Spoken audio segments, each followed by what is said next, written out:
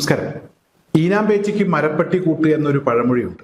ചില വാർത്തകളൊക്കെ കാണുമ്പോൾ ആ പഴമൊഴി ഓർമ്മ വരികയാണ്. പ്രത്യേകിച്ച് അമേരിക്കൻ പ്രസിഡന്റ് ഡൊണാൾഡ് ട്രംപ്, അതുപോലെ തന്നെ അമേരിക്കയുടെ പ്രതിരോധ സെക്രട്ടറി പീറ്റ് ഹെഗ്സെത്ത്, ഇവരെ കുറിച്ചൊക്കെയുള്ള വാർത്തകൾ കാണുമ്പോഴാണ് ഈ ഒരു പഴമൊഴി ഓർത്തുപോകുന്നത്.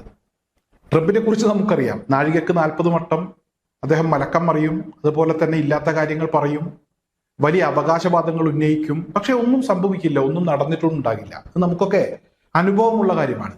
എന്നാൽ ഏറെക്കുറെ ഇതുപോലെ തന്നെയാണ് അമേരിക്കയുടെ പ്രതിരോധ സെക്രട്ടറി പീറ്റ് ഹെഗ്സെത്തിന്റെയും അവസ്ഥ. അദ്ദേഹവും വലിയ വർത്തമാനമൊക്കെ പറയും, പക്ഷേ ഒന്നും എവിടെയും നടന്നിട്ടുണ്ടാകില്ല, അല്ലെങ്കിൽ നടക്കുകയുമില്ല. നേരത്തെ മാധ്യമങ്ങളെയൊക്കെ വിളിച്ചു വരുത്തി ഇറാനെ എങ്ങനെയാണ് തീർക്കാൻ പോകുന്നത് എന്നതിനെ കുറിച്ച് ട്രംപ് പറഞ്ഞല്ലോ, 48 മണിക്കൂറിനകം ഇറാനെ തീർക്കും, ഇറാൻ എന്ന് പറയുന്ന രാജ്യം തന്നെ ഉണ്ടാകില്ല എന്നൊക്കെ പറഞ്ഞപ്പോൾ അതെങ്ങനെയാണ് കൈകാര്യം ചെയ്യാൻ പോകുന്നത് എന്നതിനെ കുറിച്ച് വിശദീകരിക്കുന്നതിന് വേണ്ടിയാണ് അമേരിക്കയുടെ പ്രതിരോധ സെക്രട്ടറി മാധ്യമങ്ങളെയൊക്കെ വിളിച്ചു വരുത്തിയത്. എന്തായാലും മാധ്യമങ്ങൾക്ക് മുന്നിൽ വിഷയം അവതരിപ്പിക്കാൻ തുടങ്ങുന്നതിന് മുമ്പ് തന്നെ അദ്ദേഹത്തിന് കീഴ്വായു പോയി. ഈ കീഴ്വായു വലിയ ശബ്ദത്തിൽ പോയി, അത് മൈക്കിലൂടെ എല്ലാവരും കേട്ടു. മാധ്യമ പ്രവർത്തകരൊക്കെ ചിരിച്ചു. പീറ്റ് ഹെഗ്സെത്ത് വഷളായി. എന്നാൽ ആ വഷളത്തരമൊക്കെ മറച്ചു വെച്ചുകൊണ്ട് പിന്നെ എന്തൊക്കെയോ പറഞ്ഞു, തൽക്കാലം തടി തപ്പി. ഇപ്പോഴിതാ വീണ്ടും പീറ്റ് ഹെഗ്സെത്ത് വല്ലാത്ത ഒരു വെട്ടിൽ ചാടിയിരിക്കുകയാണ്. അതായത് ഇവിടെ അമേരിക്കൻ സൈനികർ, നാവികർ, അവർ വലിയ പ്രതിസന്ധിയിലാണ്. ഭക്ഷണം പോലും കൃത്യമായിട്ട് അവർക്ക് കിട്ടുന്നില്ല, വിശ്രമമില്ല, ലീവില്ല, അവരുടെ സ്വകാര്യ പരിപാടികളൊക്കെ മുടങ്ങിക്കിടക്കുകയാണ്. തുടർച്ചയായി ഡ്യൂട്ടിയാണ്.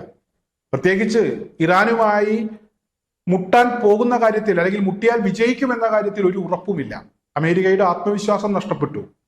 പല പ്രമുഖരും ആവശ്യമില്ലാത്ത പണിക്ക് പോണ്ട എന്നുള്ള ഉപദേശങ്ങൾ കൊടുക്കുന്നു. ലോകം മുഴുവൻ അമേരിക്കയെയും ഇസ്രായേലിനെയും ഇവിടെ ഒറ്റപ്പെടുത്തി. അമേരിക്ക തുടങ്ങി വെച്ച യുദ്ധം അമേരിക്ക തന്നെ അവസാനിപ്പിക്കുക, അല്ലെങ്കിൽ അമേരിക്ക തന്നെ തുടരുക. ഇസ്രായേൽ ഉണ്ടല്ലോ കൂട്ടിന്, അവരുമായിട്ട് യുദ്ധമോ സമാധാനമോ എന്താണെന്ന് വെച്ചാൽ നിങ്ങൾ തന്നെ നോക്ക് എന്ന് നാറ്റോ സഖ്യകക്ഷികൾ പോലും പറഞ്ഞ ഒരു സാഹചര്യത്തിൽ ഇവിടെ ഈ സൈനികരെ സംബന്ധിച്ചിടത്തോളം അവർ വല്ലാത്ത ആത്മവിശ്വാസം നഷ്ടപ്പെട്ട ഒരു വിഭാഗമായി മാറി. ഭക്ഷണമില്ല, ഞാൻ പറഞ്ഞല്ലോ, ഒരുപാട് പ്രശ്നങ്ങളുണ്ട്. എന്നാൽ ഇവിടെ ഈ സൈനികരെ ഊർജ്ജസ്വലരാക്കുന്നതിന് വേണ്ടി പീറ്റ് ഹെഗ്സെത്ത് സൈനികരുടെ ഉയർന്ന ഉദ്യോഗസ്ഥന്മാരെയൊക്കെ വിളിച്ച് നിലവിലെ സാഹചര്യത്തിന്റെ ഗുരുതരമായിട്ടുള്ള സാഹചര്യം അവരെ ബോധ്യപ്പെടുത്തുകയും അതോടൊപ്പം തന്നെ ഇവിടെ മതപരമായി പ്രാർത്ഥന വിഷയങ്ങളുമായി ബന്ധപ്പെട്ടൊക്കെ അവരെ ഉപദേശിക്കുക, അതുപോലെ തന്നെ അവരെ കൂടുതൽ ഉത്തേജിപ്പിക്കുക എന്ന ഉദ്ദേശത്തോടു കൂടി ചില ബൈബിൾ വചനങ്ങളൊക്കെ ഇവിടെ പീറ്റ് ഹെഗ്സെത്ത് അവർക്ക് മുന്നിൽ പറഞ്ഞു. മൈക്കിലാണ് പറയുന്നത്. യഥാർത്ഥത്തിൽ ഈ ബൈബിൾ വചനം എന്ന പേരിൽ പീറ്റ് ഹെഗ്സെത്ത് പറഞ്ഞത് സിനിമാ ഡയലോഗാണ്. പീറ്റ് ഹെഗ്സെത്ത് എവിടെയോ കേട്ടിട്ടുണ്ട്, അപ്പോൾ അത് ബൈബിളിലേതാണെന്ന് അങ്ങ് മനസ്സിലാക്കി അങ്ങനെ അങ്ങ് വെച്ച് കാച്ചി. സത്യത്തിൽ സിനിമാ ഡയലോഗാണെന്ന് മനസ്സിലായതോടുകൂടി പീറ്റ് ഹെഗ്സെത്ത് വീണ്ടും നാണം കെട്ടു. ഇപ്പോൾ അന്താരാഷ്ട്ര മാധ്യമങ്ങൾ പീറ്റ് ഹെഗ്സെത്തിന്റെ ഈ സിനിമാ ഡയലോഗുമായി ബന്ധപ്പെട്ടുള്ള വാർത്തകളാണ് പുറത്തുവിടുന്നത്. ആകെ നാണം കെട്ടു എന്നുള്ളതാണ്. എന്തായാലും ഇത്തരത്തിലുള്ള വാർത്തകളൊക്കെ കാണുമ്പോൾ ഞാൻ പറഞ്ഞല്ലോ, നേരത്തെ പറഞ്ഞ ആ ഒരു പഴമൊഴി ഇങ്ങനെ മനസ്സിലേക്ക് വരികയാണ്. ഈനാമ്പേച്ചിക്ക് മരപ്പട്ടി കൂട്ട്. അതായത് പ്രസിഡന്റിന് പറ്റിയ പ്രതിരോധ സെക്രട്ടറി, അല്ലാതെ എന്താണ് പറയുക?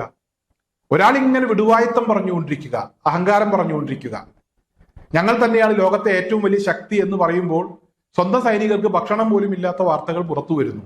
ലോകം ഇങ്ങനെ ചിരിക്കുകയാണ്. ചിലരൊക്കെ ശബ്ദമില്ലാതെ ചിരിക്കുന്നു, ചിലരൊക്കെ ഉച്ചത്തിൽ ചിരിക്കുന്നു, ചിലരൊക്കെ കളിയാക്കുന്നു, ട്രോളുന്നു. ഇതിനിടയിലാണ് ഈ പ്രസിഡന്റിനോളം പോകുന്ന, അല്ലെങ്കിൽ പ്രസിഡന്റിന് പറ്റിയ ഒരു പ്രതിരോധ സെക്രട്ടറി സിനിമാ ഡയലോഗ് അടിച്ച് അത് ബൈബിൾ വചനമാണെന്നൊക്കെ പറഞ്ഞ് സൈനികരെയും തെറ്റിദ്ധരിപ്പിക്കാൻ നോക്കുന്നത്. ആകെ നാണം കെട്ടു എന്നതല്ലാതെ എന്താണ് ഇപ്പോഴത്തെ ഈ ഒരു അവസ്ഥയെ കുറിച്ച് നമുക്ക് എന്താണ് പറയാൻ കഴിയുക?